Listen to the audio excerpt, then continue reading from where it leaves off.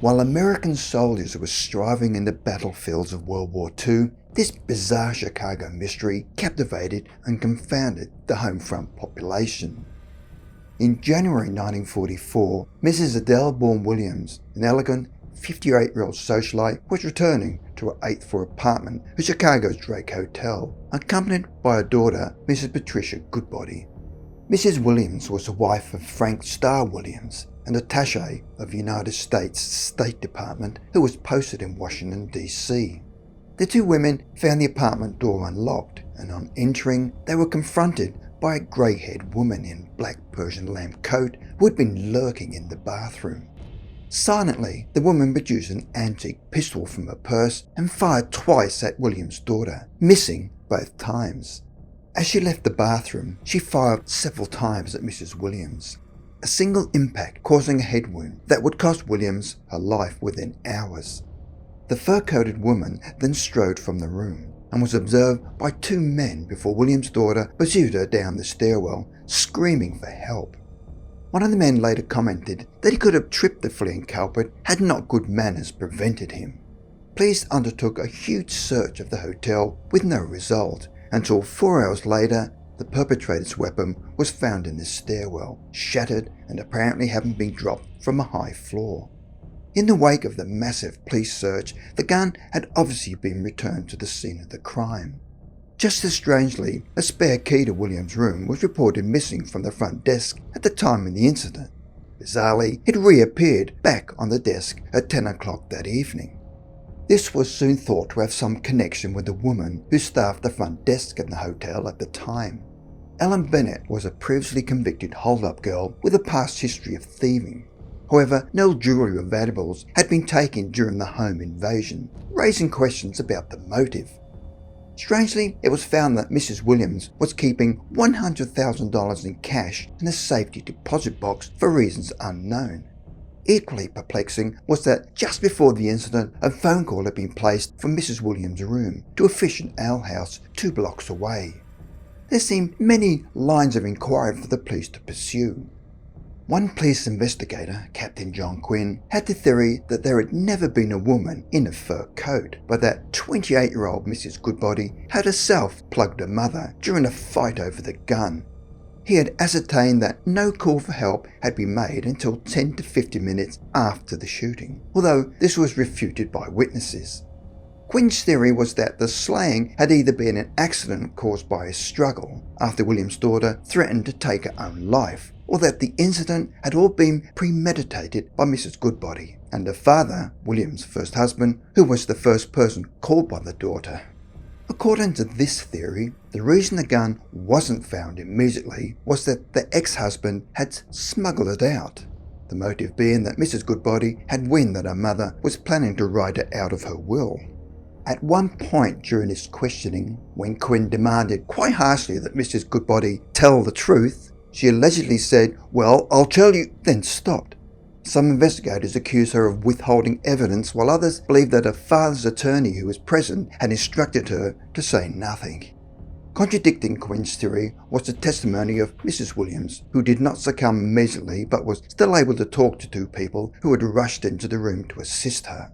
Though repeating the name Goodbody several times, she claimed that the perpetrator was an unknown woman wearing black and with a rose in her hair. She was later quoted as saying that the woman had declared, "I will get you," and oddly that she believed her to be firing blanks. Other witnesses also observed the mysterious woman in black with something red in her hair running from the scene.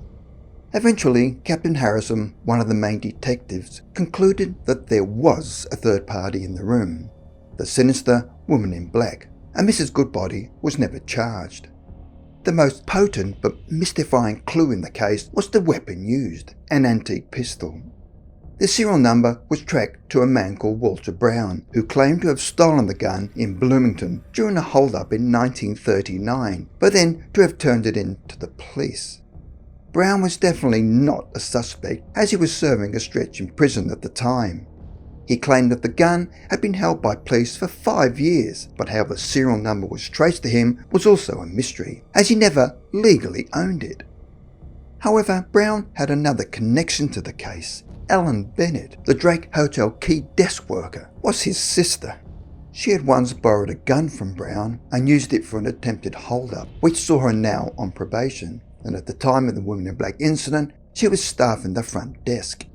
A second sister called Anna also seemed to frequent the Drake, as what the Tribune described as a hotel prowler.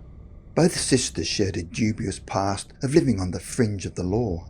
Ellen Bennett had dropped out of school in 6th grade and at the age of 15 had married Acott Bennett, a 57-year-old. They had a son, but divorced after 6 months of marriage. Ellen then enrolled at Northwestern University under a false name and using the high school diploma of a friend. In 1939, she had obtained one of Brown's guns, as well as tape and rope for tying people up, and tried to hold up a woman in Park Ridge. During the attempted heist, she wore a blonde wig covering her red hair and drove a car owned by a deceased state senator. On her apprehension, she claimed to be a nightclub entertainer called Peggy Ryan and was placed on probation.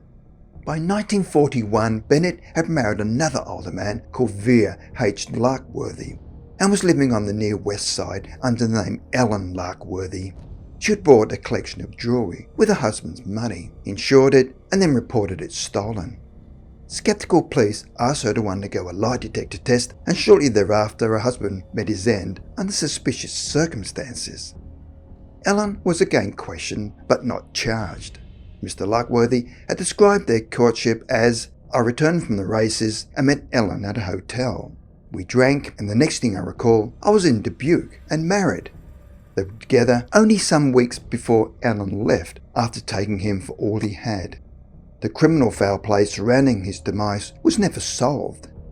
Ellen married for a third time, this time leaving after only a few days.